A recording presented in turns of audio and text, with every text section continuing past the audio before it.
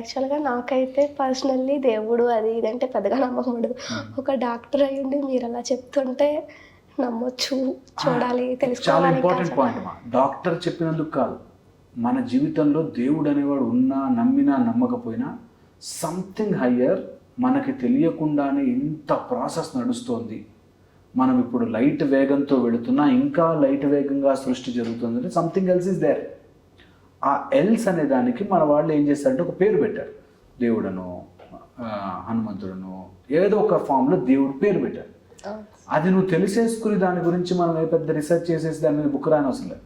Very important that నేను ఏదైనా సాధించుకోవాలి అనుకుంటే సమ్ ఫ్యాక్టర్స్ నాకు సరిపోవట్లేదు. ఆ రోజే సడన్గా వర్షం పడి, ఆ ఎగ్జామ్ ముందు రోజే కడుపు నొప్పి వచ్చి, ఇలాంటి ప్రాబ్లమ్స్ జరగకుండా నా లైఫ్ని సాఫీగా నడపడానికి సృష్టిలో సమ్ పవర్ నాకు హెల్ప్ చేస్తుంది కదా అనే ఒక నమ్మకం ఉంటే ఆ నమ్మకం విల్ మేనిఫెస్ట్ యాజ్ గాడ్.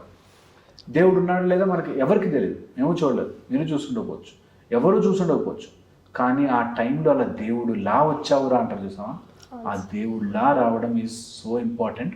అది మనం యాక్సెప్ట్ చేసినంతసేపు మన మైండ్ మంచి కండిషన్లో ఉంటుంది, అన్నీ ప్రొడ్యూస్ చేస్తుంది. సో ఇది వెరీ ఇంపార్టెంట్. నిజంగా కూడా నమ్మాలా వద్దా అన్నది పాయింటే కాదు, ట్రై చేస్తూ పోవాలి. At least something else is there, something else is there అని తెలుసుకోవడమే. అదే సైన్స్ చేస్తుంది. ఇది కాదు కదా సృష్టి మూలం ఏంటి, ఇంకా స్టార్టింగ్ ఏంటి, అసలు ఎవరు చేశారు, ఎలా వచ్చింది. సేమ్ స్పిరిచువాలిటీ కూడా చేస్తుంది. ఇలా జరుగుండొచ్చు, ఇలా జరుగుండొచ్చు అని మన పూర్వీకులు రాశారు కదా, అయ్యుంటుంది అని నమ్ముతున్నాం.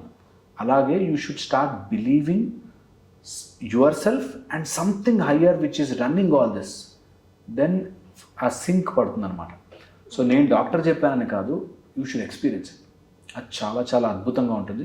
ట్రై చేయాలి ప్రతి వ్యక్తి, ఒక్కసారైనా జీవితంలో ఒకసారి ట్రై చేయాలి. ఒక చిన్న డౌట్ సార్, చెప్పు. అంటే మీరు ఇప్పుడు చెప్పిన దాన్ని బట్టి ఓన్లీ సనాతన ధర్మానికి సంబంధించి మాట్లాడదంటే క్రిస్టియానిటీలో దాన్ని కూడా తీసుకుని మీరు నమ్ముతారా? దాని గురించి మీ కన్సర్న్ పాయింట్ ఏంటంటే ఇక్కడ క్రిస్టియన్, హిందూ, మన దాంట్లో ముస్లిం, క్రిస్టియన్ లేదు. అసలు సనాతన ధర్మంలో అవి లేవు. కొంత వెరీ ఇంపార్టెంట్, ఇది బాగా అర్థం చేసుకోవాల్సింది. ఒక రాయిని తెచ్చి, ఒక పసుపుని తెచ్చి దేవుడు అంటే నమ్మేమా, గణపతి పూజ చేసి పసుపు దేవుడు అందులో ఆవాహన చేసుకుంటాం. నా భగవంతుడు, బికాజ్ నేను క్రిస్టియన్ ముస్లిం కాదు కాబట్టి నాకు ఆ స్క్రిప్చర్స్ బాగా తెలియవు కాబట్టి నేను చెప్పలేను వాటి గురించి. కానీ నా గురించి నేనేం చెప్పగలుగుతానంటే మన ధర్మంలో, మన సనాతన ధర్మంలో మా భగవంతుడు ఎన్ని రూపాల్లో అయినా సరే, ఎక్కడికైనా సరే రాగలిగే శక్తి గలవాడు. నేను ఏమి చేయను, ఇవి ఉండవు, ఓం అని రాసుకుని అదే నా దేవుడు అనుకుంటానంటే అందులోకి వచ్చేస్తాడు.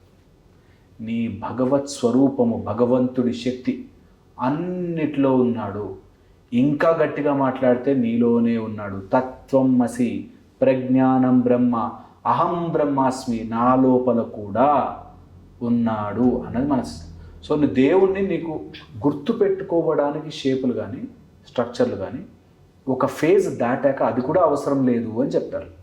సో స్టార్టింగ్ ఎవరైతే బిగినింగ్ చేస్తూ ఉంటారో అలాంటి వాళ్ళకి ఒక తత్వం అవసరం, ఒక రూపం అవసరం, ఒక స్ట్రక్చర్ అవసరం. అది ఒక ప్లేన్ దాటేంత వరకు భగవంతుడి శక్తి అదంతా అవసరం. మనకి ఎలా ఉంటుంది, భువర్ సువర్, అలా సత్యలోక, తపహలోక, జనహలోక, ఇలా అన్నీ దాటుకుంటూ వెళ్ళడం ఎంత ఇంపార్టెంటో అది తెలుసుకోవడం మనకి ఈజీ కాదు. కాబట్టి మనకి ఇన్ని రకాలుగా భగవత్ స్వరూపాలు హెల్ప్ చేస్తూ ఉంటాయి. వీళ్ళు ఉన్నారా లేదా ఎవరి పర్సనల్ ఎంక్వైరీతో తెలుసుకోవాలి. ఎవడు పక్కన వాడు చెప్తే ప్రూఫ్ చేయలేడు. అక్కడికి వచ్చి బండి ఆగిపోదు. నేను డాక్టర్గా నేను ఈ ట్యాబ్లెట్ ఇస్తున్నాను నన్ను నమ్ము అంటే తప్పు. అలాగే దేవుణ్ణి ప్రూవ్ చేస్తాను అంటే తప్పు. క్రికెట్లో నువ్వు ఫుట్బాల్స్ రూల్ అడగలేవు, ఫుట్బాల్లో క్రికెట్ రూల్స్ అడగలేవు. అది వెరీ ఇంపార్టెంట్. ఈ తెలియక చాలామంది గొడవలు పెట్టుకుంటారు. నువ్వు క్రికెట్లో ఫుట్బాల్ రూల్స్ అడగలేవు, నాకు దేవుణ్ణి ప్రూవ్ చేయాలి. సైన్స్లో నువ్వు నమ్ము, ఇది నమ్మురా, అక్కడెక్కడో ప్లానెట్ ఉంది నమ్ము అంటే కాదు, నువ్వు టెలిస్కోప్లో చూపించాలి. నమ్మలేము. సో సైన్స్ని నమ్మకూడదు, స్పిరిచువాలిటీలో ప్రూఫ్లు అడగకూడదు. ఈ రెండు డిఫరెంట్ గేమ్స్. ఇది క్రికెట్, ఇది ఫుట్బాల్. అరే క్రికెట్లో గోల్స్ ఉంటే బాగుండేది అనకూడదు, ఫుట్బాల్లో 6, 4 ఉంటే బాగుంటాయి అని అనుకో. ఇది కొలవలేము. ఇది తెలియక చాలామంది కన్ఫ్యూజ్ చేస్తుంటారు, అదే పాయింట్లో కన్ఫ్యూజ్ చేస్తారు. నువ్వు క్రిస్టియన్ ఉందా, ముస్లిం ఉందా, హిందూ ఉందా, ఇవన్నీ ఎవరికి వాళ్ళకు ఉందనిపిస్తుంది. అదే భగవంతుడి యొక్క గొప్పతనం. ఆ టైంలో అలా నీకు హెల్ప్ వచ్చినప్పుడు దేవుడు ఎలా వచ్చిందంటామో అదే నీ జీవితం యొక్క రియాలిటీ.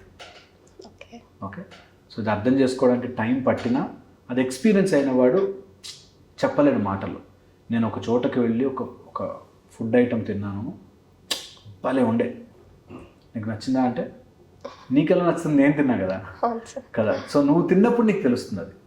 అలాగే ఆ స్వరూపాన్ని నువ్వు ఎంజాయ్ చేసినప్పుడు, హనుమంతులు వారిని నువ్వు అలా రియల్ లైఫ్లోకి అలా దింపుకుని ఆయనను అలా ఎంజాయ్ చేసిన వాడికి నీకు చెప్పలేడు, మాటల్లో ఎక్స్ప్లెయిన్ చేయలేడు.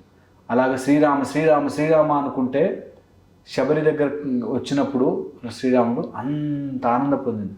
అలాగా ఎక్సైట్మెంట్, ఒక ఆనందము దేవుడి గురించి కాంట్ ఎక్స్ప్లెయిన్, చెప్పలేం. అందుకని ప్రూవ్ చేయలేం. సో ప్రూఫ్ అడగకుండా ట్రై చేసుకుంటూ ఉండాలి లైఫ్, అప్పుడు ఏదైనా సాధించగలుగుతాం.